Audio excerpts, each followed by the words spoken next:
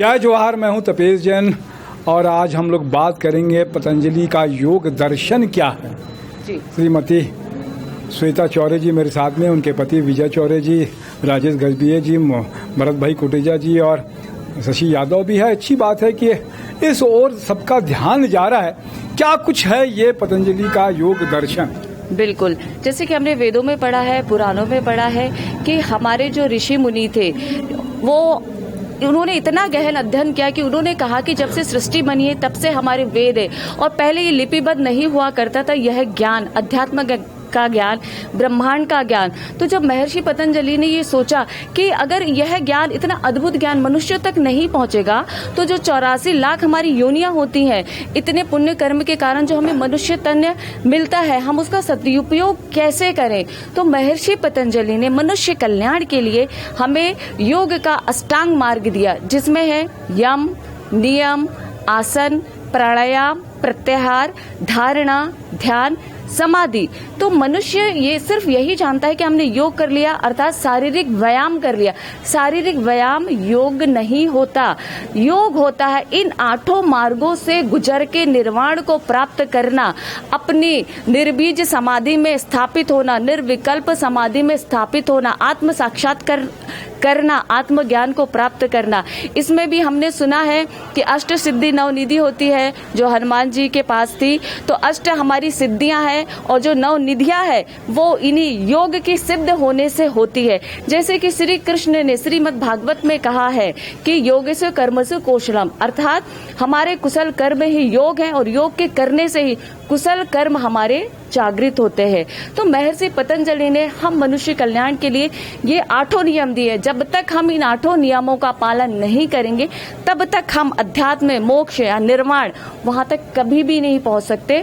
तो आप सभी से मेरा यही निवेदन है। मैं श्वेता जी ये जानना चाहता था कि यम का मतलब क्या हुआ, नियम का मतलब क्या हुआ, जो आपने बताया वो क्या चीज है? यम का अर्थात होता है अपने चित्त की शुद्धि करना, अपने चित्त की शुद्धि करना, अपने मन की शुद्धि करना, अपनी इंद्रियों से अपने आप को मतलब मुक्त करना। हम उनमें बहुत ज्यादा एकदम कहना चाहिए निर्भर हो जाते हैं, तो हमारी शुद्धि यम कहलाती है।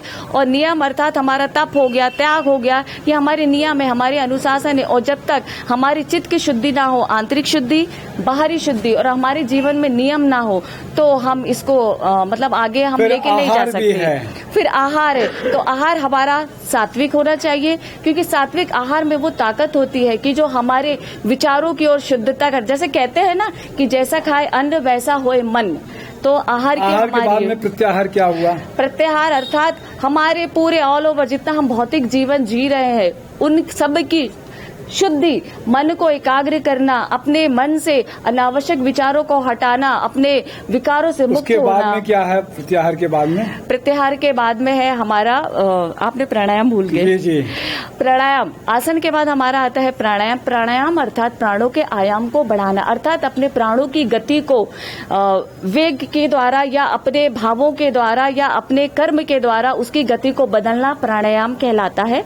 और प्राणायाम से ही हमारी 72,000 नाड़ियां शुद्ध होती है, और जब 72,000 हमारी नाड़ियां शुद्ध होती है तब हम आगे के मार्ग में बढ़ते हैं। आसन में भी क्या आता है? आसन अर्थात सुख पूर्वक उस स्थिति में बैठना, क्योंकि आसन बहुत महत्वपूर्ण है। जब हम कोई भी क्रिया कर्म करते हैं, कोई भी कार्य करते हैं, तो सबसे इम्पोर्टेंट होता है हमारा आसन। अगर हम आसन में सुख पूर्वक बैठ नहीं पाते हैं तो हम कोई भी क्रिया नहीं कर सकते हैं। पालथी मार के बैठना ही मेरे ख्याल से सुखासन हुआ। हाँ, आसन भी कई प्रकार के, सिद्धासन, पद्मासन, भद्रासन, आसन कई प्रकार के हैं, लेकिन सबसे महत्वपूर्ण आसन और आसन होता है सुखासन, और जिसमें हम बैठ के लगातार पालथी मार के बैठ के हम अपनी योग साधना या कोई भी क्रिया कर उसके बाद में समाधि में चला जाना।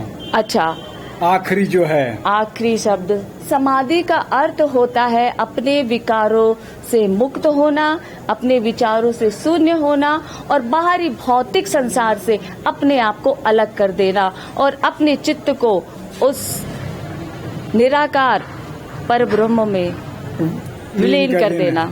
इसमें 9 निधियां भी बताई आपने। 9 निधियां ये क्या है? 9 निधि? हाँ, 9 निधि होती है। हमारी पहली होती पद निधि, महापद निधि, नंद निधि, मुकुंद निधि, कच्छप निधि, मकर निधि, शंख निधि, खर्व निधि। ये सारी निधियां होती हैं और ये निधियाँ जिसके पास हो तो वह जीवन में बहुत कुछ हासिल कर सकता है। कहना चाहिए सिद्धियाँ योग से ही सिद्ध की जा सकती है। बहुत अच्छी बात है, इतने विस्तार से और इतने अच्छे ढंग से आपने ये पतंजलि का योग दर्शन आपने समझाया।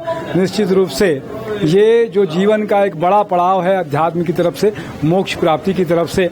श्वेता जी, आपके ज्ञान को प्रणाम है और इसी तरीके से अगर सनातन धर्म में आप जुड़ेंगे तो निश्चित रूप से अपने जीवन की सार्थकता आपको तभी मिलेगा, परम सुख भी इसी से प्राप्त होगा। तो आपका बहुत बहुत धन्यवाद। मेरे साथ में नरेंद्र ठाकुर जी भी हैं, उनका भी धन्यवाद। जय जोहार।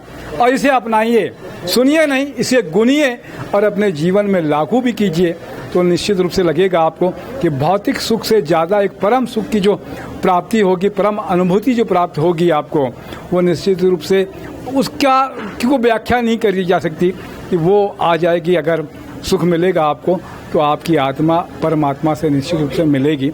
मैं तपेश जैन, जय जोहार, जय छत्तीसगढ़। और एक कच्छप निधि भी